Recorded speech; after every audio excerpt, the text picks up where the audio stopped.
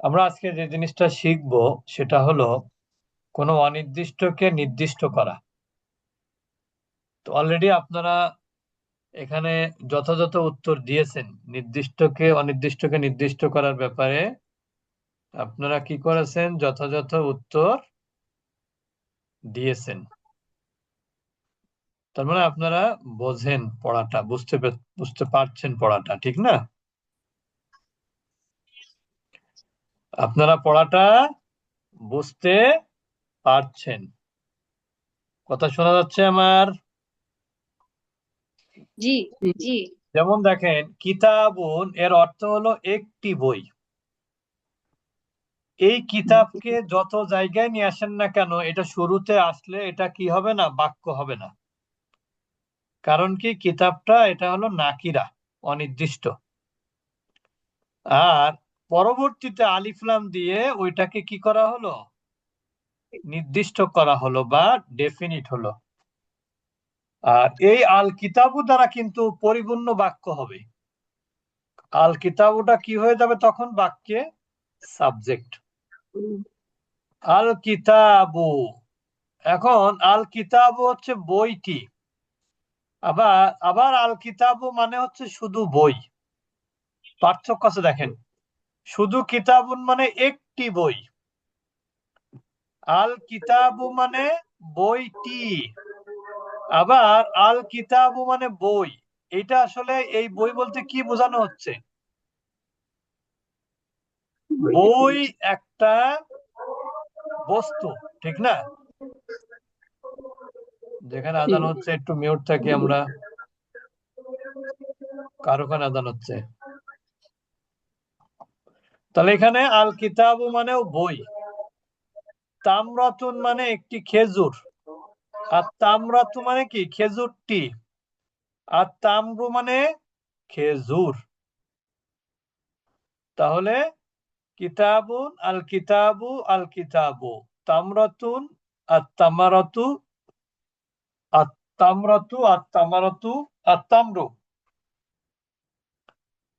তাহলে আলিফ লাম দিয়ে আমরা টিটা খানাখানির অর্থ পাই।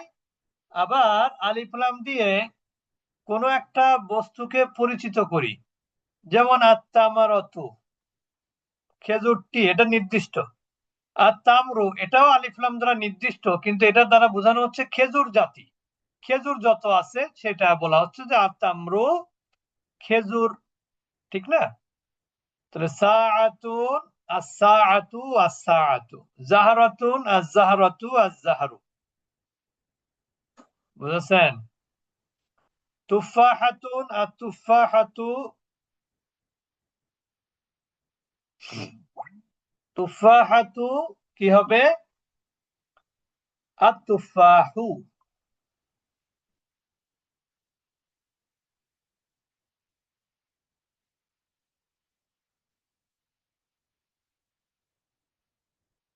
সবাই আমার কথা কি বুঝেছেন? হুম। জি ওস্তাদ।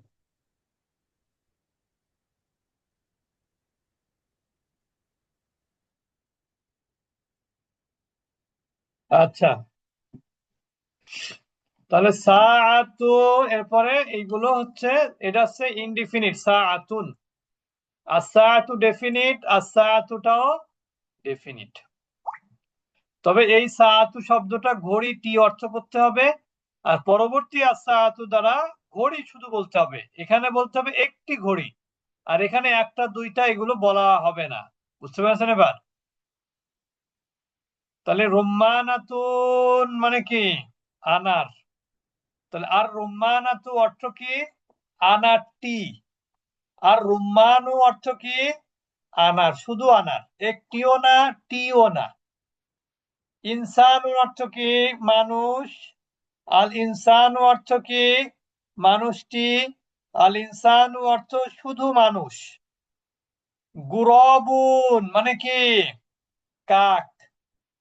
আল গুরাবু মানে কি? কাকটি। আল গুরাবু মানে শুধু কাক। সবাই বুঝেছেন আমার কথাগুলো?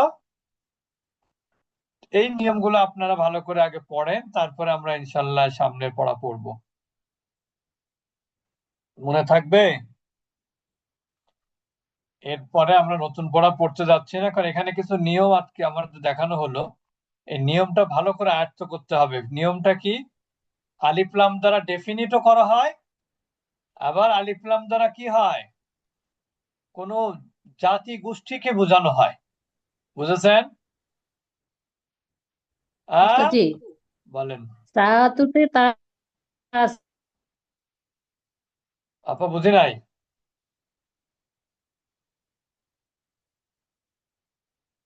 আমি আছে, শুনতে ওগুলো পেলাম। বুঝাইতে আর অগুলোতে নাই কেন? বুঝি নাই আপা। আর বুঝছি। সাতুতে এটাতে জাতি বুঝাচ্ছে, ওখানে গোলতাটা আছে আর অন্যগুলোতে নাই কেন? এটা শাব্দিক দিক থেকে এরকমই ব্যবহার হয়, এটার অন্য কোনো কারণ নেই। কারণ হচ্ছে কি, দেখেন, যদি যদি কারণ থাকবে তাহলে দেখেন এখানে সবগুলো কিন্তু এই নিয়ম ফলো করা হয়নি, ঠিক না? জি যেমন, তবে একটা জিনিস আছে, সেটা হলো যে যখন কোনোটাতে জাতি বোঝায় তখন আপনার যেটাই আপনার শুরুতেই মানে বেসিক্যালি যেটা গোলতা থাকে, যেমন দেখেন এখানে তুফা হাতুন, কিন্তু আবার তুফাহুন মানেও কিন্তু আমরা পড়েছি আপেল। তুফাহুন মানে কি? আপেল। তো যখন জাতি বুঝাবে তখন অনেক সময় যদি শুরুতে একেবারে গোলতা থাকে, অনেক সময় শেষে সেটা নাও থাকতে পারে, ম্যাক্সিমাম থাকে না আর কি। এটা নিয়মটা ওইভাবে আমার জানা নেই যে এই নিয়মের কারণে, এটা না। তবে আমি দেখি ম্যাক্সিমাম যেটা দেখতে পাই যে, এবং কোনো বইতে আমি পাইনি এই ধরনের কোনো নিয়ম যে জাতি বোঝালে গোলতা পড়ে যাবে। এটা হচ্ছে আপনার সেমাই বলতে পারেন,